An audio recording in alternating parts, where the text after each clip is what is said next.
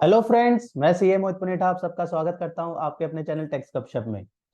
कई बार दिक्कत ये आ जाती है कि अगर हमारे पास कोई नोटिस आया, अब उसके फैक्ट ऑफ द केस हैं अपने पास। लेकिन कई बार ये देखा गया है कि अगर कई बार कोई अकाउंटेंट या उन सबको रिप्लाई ड्राफ्ट करना है किसी भी प्रोफेशनल कैटेगरी में, तो उसको एक लीगल ड्राफ्टिंग की कई बार हेल्प चाहिए होती है।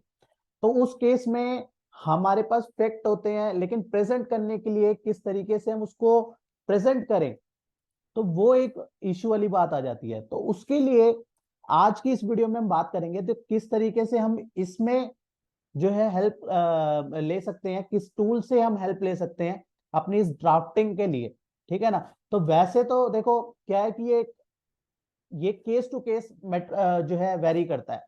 ठीक है ना। फैक्ट ऑफ द केस क्या है, हर एक के अलग अलग बनते हैं, उस तरीके से ही ड्राफ्टिंग करी जाती है। लेकिन अगर बात करें एक स्टैंडर्ड, अगर हम एक बेसिक फॉर्मेट अगर हम इसका चाहें, तो किस तरीके से हम उसका एक स्टैंडर्डाइज फॉर्मेट यूज कर सकते हैं, उसके बारे में आज हम डिस्कशन करेंगे। राइट। तो इसको हमने एक जनरल वे में जो है करने की कोशिश करी कि किस तरीके से लोगों को हेल्प मिल सकती है। तो उसके लिए जैसे कि आज के टाइम में अगर हम बात करें तो बहुत से ऐसे टूल्स हैं। ठीक है। एआई की मदद ले सकते हो आप। चैट जीपीटी आजकल बहुत एक अच्छा जो है माध्यम, जो कि काफी ज्यादा चर्चा में रहता है। तो इस तरीके से हम जो है यूज कर सकते हैं, एज अ प्रोफेशनल यूज कर सकते हैं कि हमारे को जब अपना रिप्लाई तैयार करना है तो उसके लिए हमारे को एक बढ़िया सी जो है प्रेजेंटेशन मिल पाए। ठीक है। तो इसके लिए हमारी टीम ने एक बार जैसे इसको कहा कि इस पे एक बार वो करते हैं, ट्राई करते हैं कि किस तरीके से हम इसको रीगल ड्राफ्टिंग में हमें ये मदद कर सकता है।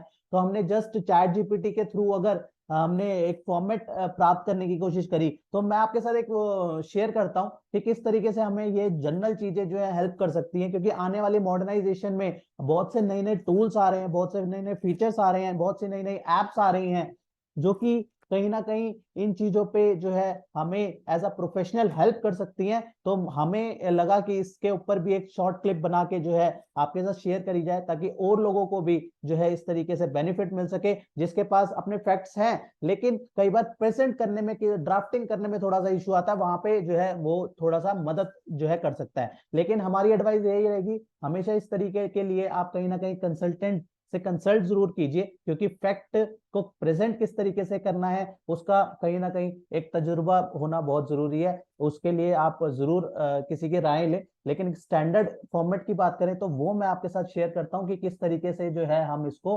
बेसिक वे में लेके चल सकते हैं। अगर हमने इसको कहें कि अगर हम कुछ टूल्स की मदद से अगर हम एक्सट्रैक्ट करने की कोशिश करें कि हमें एक जीएसटी नोटिस के लिए अगर हम बात करें, तो हमें किस तरीके से उसके रिप्लाई में ड्राफ्टिंग होनी चाहिए, तो उसको हमें अगर हम चैट जीपीटी में डालें मान लो, या किसी और एप्स के थ्रू हम यूज करें, तो हमें इस तरीके से ड्राफ्टिंग मिल जाती है, जो कि हमें कहीं ना कहीं मदद करती है। जैसे अगर हम ऑनलाइन इसको फेच करने की कोशिश करें, तो यहाँ पे आ जाता है when responding to GST notice, it is essential to make a formal respectable tone, a suggested format for replying a GST notice. ठीक है ना। ये चीजें हमें हेल्प करती हैं कहीं ना कहीं, तो मुझे लगा आपके साथ शेयर जरूर करने चाहिए। तो यहाँ पे हम नाम, एड्रेस, सिटी, डेट वगैरह डाल के तो इस तरीके से हम चल सकते हैं। यहाँ पे नेम डालेंगे, name of the GST officer of the authority, showcase notice में लिखा होगा, नीचे आ रहा होगा, तो वहां पे हम उसके रिप्लाई में डाल रहे हैं तो यहाँ पे उसका नाम डालेंगे,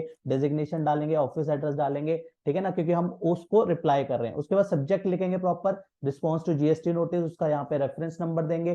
ठीक है ना। उसके यहाँ पे डालेंगे डियर, यहाँ पे जो ऑफिसर का नाम होगा उस तरीके से यहाँ पे उसकी प्रॉपर ड्राफ्टिंग वगैरह, I hope this letter find you well, I am writing in response to the GST notice, जो हमारे पास नोटिस आया उसके रिस्पॉन्स में डाल रहे हैं। डेट उसकी मेंशन कर दी, विच आई रिसीव ऑन, इस दिन पे हमें रिसीव हुआ, एक्नॉलेज द रिसीव। ठीक है ना। ये बेसिकली प्रेजेंटेशन का मैटर है, जहां पे एक अच्छी सी प्रेजेंटेशन हम दे सकते हैं और सुटेबल रिप्लाई। उससे क्या होता है, सामने वाले पे इम्पैक्ट ये जाता है कि ठीक है यार, इसको चीजें जो है प्रेजेंट एक सही फॉर्म में जो है जब हम रिप्लाई करते हैं, तो सामने वाले को पढ़ने में भी जो है उसको उस तरीके से रहता है। बाकी आपके फैक्ट ऑफ द केस कितने स्ट्रांग है उस पर तो जो है मैटर करता ही करता है।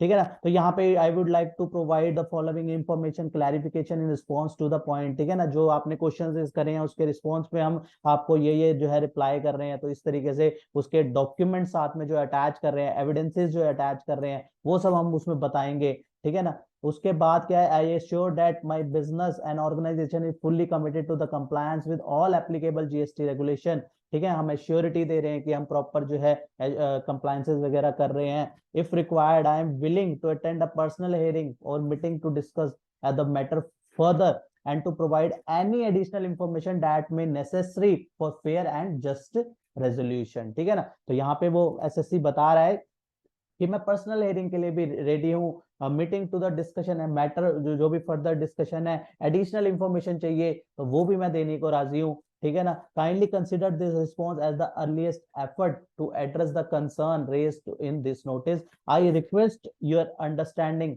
And cooperation in resolving this matter expeditiously, ठीक है ना। Please feel free to contact me, यहाँ पे अपना नंबर दे दिया, मेल आईडी दे दी। If required any further information, कुछ और चाहिए तो आप हमसे मांग लीजिए, हमें कोई दिक्कत नहीं है देने में, ठीक है। इस तरीके से अगर हम मैटर बनाते हैं, यहाँ पे अपना नाम एड्रेस करके एसएससी का, यहाँ पे जो है जो भी अटैचमेंट वगैरह लगाई यहाँ पे हमने दे दिए कि हमने ये अटैचमेंट जो है इसके साथ, इस रिप्लाई के साथ एनेक्स करी है, ठीक है। तो इस तरीके से अगर हम रिप्लाई ड्राफ्ट करते हैं तो एक प्रॉपर जो है सामने वाले को दिखता है कि ठीक है यार, उसके लिए भी इजीली अंडरस्टैंडेबल रहता है, वो फैक्ट ऑफ द केस पे आता है, ठीक है। उसके बाद शॉर्ट टाइम शॉर्ट है, वो फटाफट फैक्ट पढ़ेगा, अकॉर्डिंगली रिकंसाइल करेगा, उसको फर्दर और कुछ चाहिए वो डिमांड करेगा, ठीक है। तो बेसिकली मुद्दा ये है कि हम किस तरीके से अपनी बात को जाहिर करें, उसका भी एक तरीका है। तो ये कहीं ना कहीं आजकल के जो टूल्स हैं वो भी हमें मदद कर सकते हैं, लेकिन एडवाइजेबल यही है कि मदद जो है किसी कंसल्टेंट की जरूर लें, क्योंकि क्या है कि फैक्ट और सेक्शंस वगैरह कोट करने हैं आपको, उस सब चीजों के लिए कि कैसे रिप्लाई, कौन कौन से केस लॉज का रेफरेंस देना है, उसके लिए कहीं ना कहीं आपको कंसल्टेंट की मदद जो है चाहिए, ये चाहिए होगी। अदरवाइज जो है आपको फाइट करने में मुश्किल आ सकती है, राइट। तो इसी के साथ आज की डिस्कशन को क्लोज करते हैं, मिलते हैं नेक्स्ट वीडियो में नेक्स्ट टॉपिक के साथ। टिल देन बाय बाय, जय हिंद, जय भारत।